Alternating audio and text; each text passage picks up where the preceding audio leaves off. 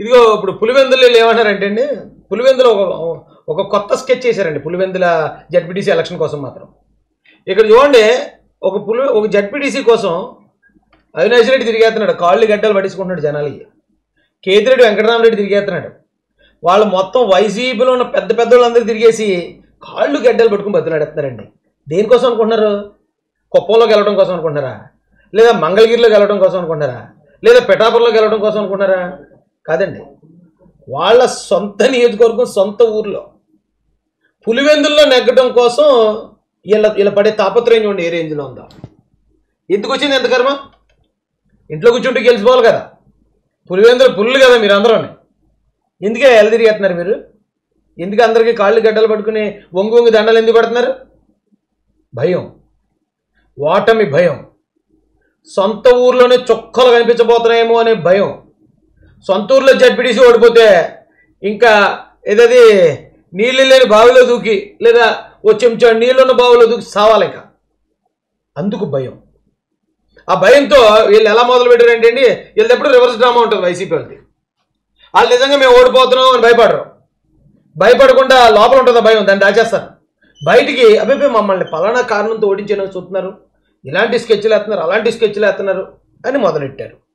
అక్కడేదో రౌడీజం చేస్తున్నారు టీడీపీ వాళ్ళు, గుండెం అరేదే పులివెందుల పులులు, మీరే అలా భయపడితే అలాగా?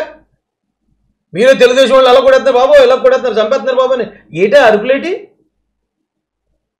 అక్కడ ఏమి లేదు. ఎంతకని ఇందాక ఆ ఆడియోలో కూడా మీరు విన్నారా, ఇండిపెండెంట్ క్యాండిడేట్ ఎవడో ఆయన ఎవరితోనో పక్కింటితో గొడవ వస్తే దాన్ని తెలుగుదేశం పార్టీకి అంటగడేసి ఆయన వైసీపీ కార్యకర్త కాడికి ముద్ర వేస్తారు. ఎందుకంటే ఎందుకు చేస్తారంటే ఇలాంటి ఫేకులు?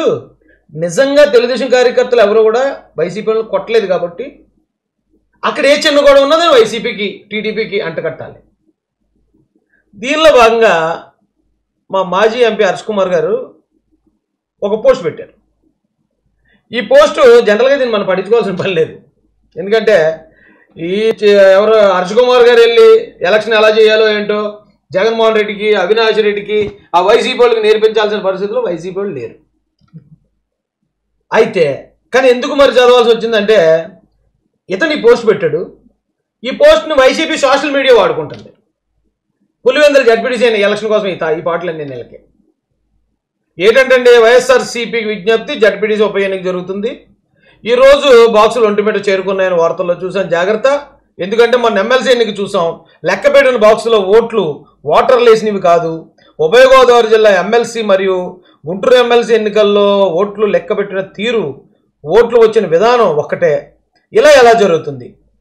ఇలాగే జరగాలని ఎక్కడ రూల్ ఉందా అని ఆలోచన చేసి విశ్లేషణ పెద్ద కష్టం కాదనిపించింది అటండి. ఉభయ గోదావరి జిల్లాలో బ్యాలెట్ బాక్సులు ఏలూరు కలెక్టరేట్ ఉంచారు. పోలింగ్కి ఓట్లు లెక్క పెట్టడానికి 5 రోజులు గ్యాప్ ఇచ్చారు.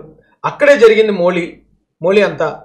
ముందుగా అన్ని పార్టీల ప్రతినిధులు ముందు సీల్ వేస్తారు. తర్వాత అన్ని పార్టీల ప్రతినిధుల సమక్షంలో సీల్ తీసేసి 18 రోజులు లెక్కింపు అనుకుంటే ఆ ఓట్లన్నీ అభ్యర్థులకి సమక్షంలో సమానంగా అన్ని పెట్టెల్లో వేస్తారు. ఇదంతా మన సోది, మనకంతా తెలిసిందే కదా. ఇప్పుడు ఏంటంటే ఎందుకు ఏం చెప్పాలనుకుంటున్నాను నువ్వు?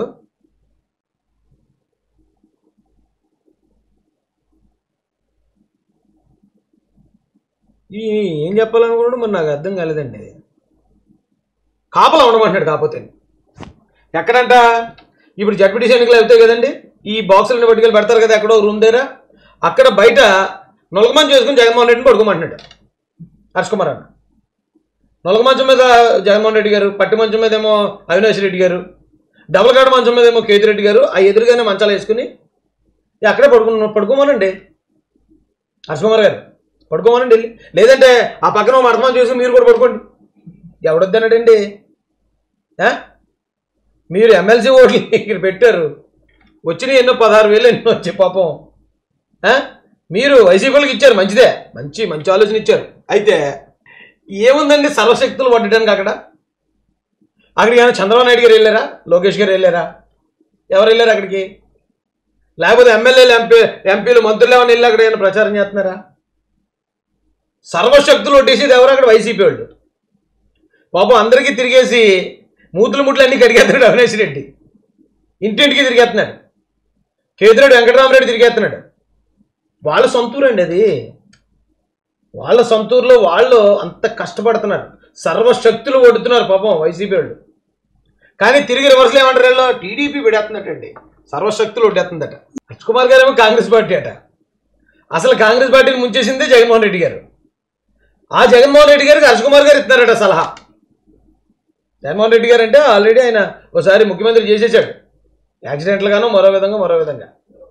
ఆయనకి ఓ మాజీ ఎంపీ గారు ఇస్తున్నారట సలహా. ఏమని ఇస్తున్నారండి, ఎంతకే ఉందండి అది, మనం చదివినప్పుడు ఎక్కడ కనపడలేదు. మనోడు హైలైట్ చేశాడు ఇక్కడ కొన్ని లైన్లు, నేను అది చూస్తాను ఉండండి. ఓట్లను అలా ఉంచి తక్కిన ఓట్లు జాగ్రత్తగా వాళ్ళు ఎంత నెంబర్ కావాలో అంత వాళ్ళే వేసుకున్నారు. ఏమంటే అంత ఈజీయా ఓట్లు ఎవరు పడితే వాళ్ళు వేసేసుకోవడానికి వెళ్ళి, అధికారులు ఉంటే మాత్రం వెళ్ళి ఓట్లు వేసుకోగలరా? అయితే వైసీపీలో అందరికీ ఒక మాట చెప్తాను, నిజంగా మీకు బుర్ర బుద్ధి పనిచేస్తుంటే కనుక ఒక మాట వినండి. ఈవేళ వచ్చి పులివెందులు గెలవడానికి తెలుగుదేశం పార్టీ ఏం సర్వశక్తులు వడ్డేయక్కర్లే. జగన్మోహన్ రెడ్డి 151 మంది ఎమ్మెల్యేలతో సీఎంగా ఉన్నప్పుడే పులివెందులో నెగ్గాం మేము, మర్చిపోయారా? ఎమ్మెల్సీ ఎలక్షన్లో రాంభూపాల్ రెడ్డి గారు కేవలం పులివెందుల నుంచి 6,000 ఓట్ల మెజారిటీ వచ్చింది ఆయనకి, గ్రాడ్యుయేట్స్ నుంచి ఆ రోజున. అది మర్చిపోయారా? అరే జగన్మోహన్ రెడ్డి సీఎంగా ఉండగానే మేము పులివెందుల్లో బాగా చేసామరా బాబు తెలుగుదేశం. ఈవేళ మేము పొజిషన్లో ఉన్నప్పుడు, అక్కడ పులివెందుల్లో ఉన్న జనం అందరూ జగన్మోహన్ రెడ్డి గారికి రివర్స్లో ఉన్నప్పుడు సింపుల్గా అయిపోయే ఎలక్షన్కి మేము ఎందుకు బిడ్డ అంత కష్టపడతాం? ఏమైనా కష్టపడితే మీరు కష్టపడాలి. ఎందుకంటే పులివెందుల్లో కూడా ఓడిపోయామంటే జగన్మోహన్ రెడ్డి గారి మీద ఇప్పటికే మొత్తం పోయింది. కామన్ మ్యాన్ అంతా జగన్మోహన్ రెడ్డి గారిని వదిలేశారు. వైసీపీలో ఈ గంజాయి ప్యాకెట్లకో లేదా మరో దానికో ఆశపడేవాళ్ళు ఉన్నారు కొద్దిమంది. ఏమో కొద్దిమంది రాజశేఖర రెడ్డి గారి అభిమానులు ఉంటే ఉండొచ్చు. పులివెందులో కనుక జగన్మోహన్ రెడ్డి జడ్పీటీసీ ఓడిపోయాడంటే వాళ్ళు కూడా పోతారు. అది మీ భయం.